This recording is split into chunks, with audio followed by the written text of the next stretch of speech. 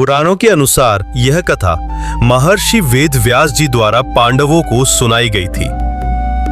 भीमसेन को सभी एकादशियों का पालन करना कठिन लगता था, क्योंकि वे बिना भोजन के नहीं रह सकते थे।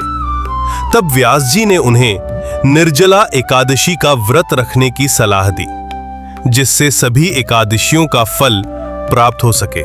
कथा। एक समय की बात है। पांडवों में से भीमसेन, जो बलशाली और भोजन प्रेमी थे, सभी व्रतों को करने में असमर्थ थे।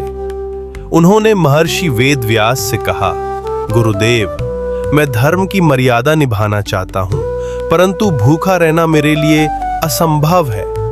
कृपा करके कोई ऐसा उपाय बताइए जिससे मैं सभी एकादशियों का पुण्य एक ही दिन में प्राप्त कर सकूं। तब वेदव्यास जी ने कहा, हे भीम, ज्येष्ठ मास की शुक्ल पक्ष की एकादशी को निर्जला एकादशी कहते हैं। इस दिन तुम एक बूंद जल भी ग्रहण न करना।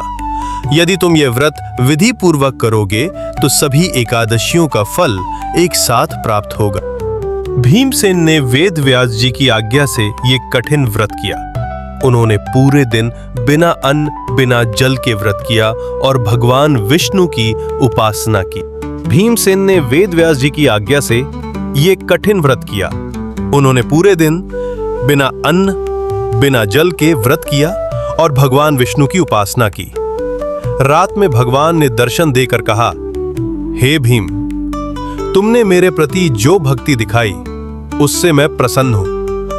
तुम्हारा ये व्रत समस्त एकादशियों के बराबर पुण्य देगा। फलस्वरूप जो कोई श्रद्धा और नियम से इस व्रत को करता है, उसे हजारों यज्ञों, दानों और व्रतों के बराबर पुण्य प्राप्त होता है। मोक्ष की प्राप्ति होती है और समस्त पाप नष्ट हो जाते हैं। जो कोई यह व्रत करता है, उसे स्वयं भगवान विष्णु का आशीर्वाद प्राप्त होता है।